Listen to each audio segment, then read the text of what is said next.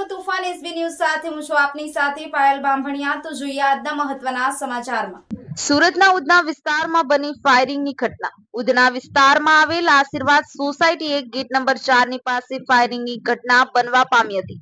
Welcome બારની લાઇનમાં આવેલ જનઔષધિ કેન્દ્રની બાજુમાં આવેલ આરાધ્યા કોર્પોરેશનમાં થયું 2 રાઉન્ડ ફાયરિંગ। ફાઇનાન્સનું કામ કરતો દીપક પવારના નામ પર ફાયરિંગ કરવામાં આવ્યું। ડીસીપી આરોપીના અધિકારી ઘટના સ્થળ પર ઉધના પોલીસનો કાફલો ઘટના સ્થળે પહોંચી ગયો હતો। Bureau chief Sunil Ganjawala, Tufan SB news, Surat. Udhna વિસ્તારમાં વેલકમ પાન સેન્ટરથી બીચ પોઈન્ટ બાજુ જઈએ ત્યારે વચ્ચે આરાધ્યા ફાઇનાન્સ કરીને એક ફાઇનાન્સની જે કંપની છે, શોપ છે, એમાં એક ફાયરિંગની ઘટના બની છે।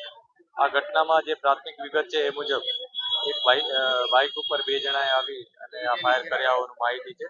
અત્યાર સુધી પોલીસને 1 બુલેટ મળી છે, એટલે પ્રાથમિક દ્રષ્ટિએ કહી શકાય કે 1 બુલેટ ફાયર થયેલ છે।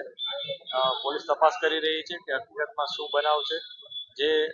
જેનો ફાઇનાન્સની આ જે ઓફિસ છે એને પણ વધારે ઊંડાણપૂર્વક પૂછપરછ કરી રહ્યા છે। અત્યારે એની પાસે કોઈ એવી સ્પષ્ટ વિગત નથી કે એને કોઈ સાથે અણબનાવ કે કોઈ દુશ્મની હોય કે એવું કાંઈ, પરંતુ વધુ અમે ઊંડાણપૂર્વક પૂછપરછ કરી રહ્યા છીએ। આ ઉપરાંત આસપાસના લોકોને પણ પૂછી રહ્યા છીએ, જે લોકોએ નજરે આ બનાવ જોયો છે અથવા આસપાસના જે ટેકનિકલી ઇન્ફોર્મેશન અમને મળી શકે એ પણ અમે તપાસ કરી રહ્યા છીએ। આ સાથે સાથે સમગ્ર શહેરમાં અમે નાકાબંધી અને વ્હીકલ ચેકિંગ ઓલરેડી અમારું ચાલુ જ હતું, તો એને વધુ એલર્ટ કરી દીધા છે અને લોકોને ઇન્ફોર્મેશન પણ અમે પોલીસને આપી દીધી છે કે કયા પ્રકારના લોકો અહીંયા આવ્યા હતા અને તમામ વિગતો ઉપર અમે તપાસ કરી અને જલ્દીમાં જલ્દી આરોપી પકડાય એ પ્રકારના પ્રયાસો અત્યારે ચાલુ છે।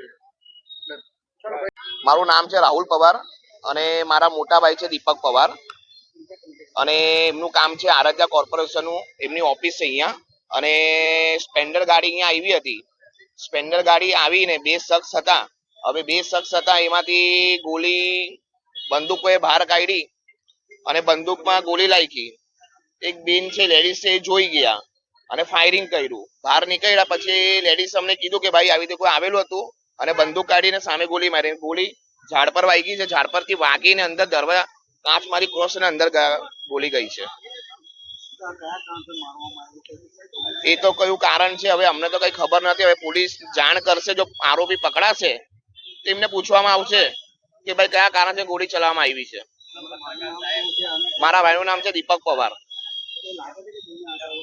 જૂની અદાવત તો હવે ખબર નથી પડતી, પણ હવે ખબર નથી, પોલીસ વાળા પકડે તો ખબર પડે કે ભાઈ કઈ અદાવત છે કઈ નથી અદાવત।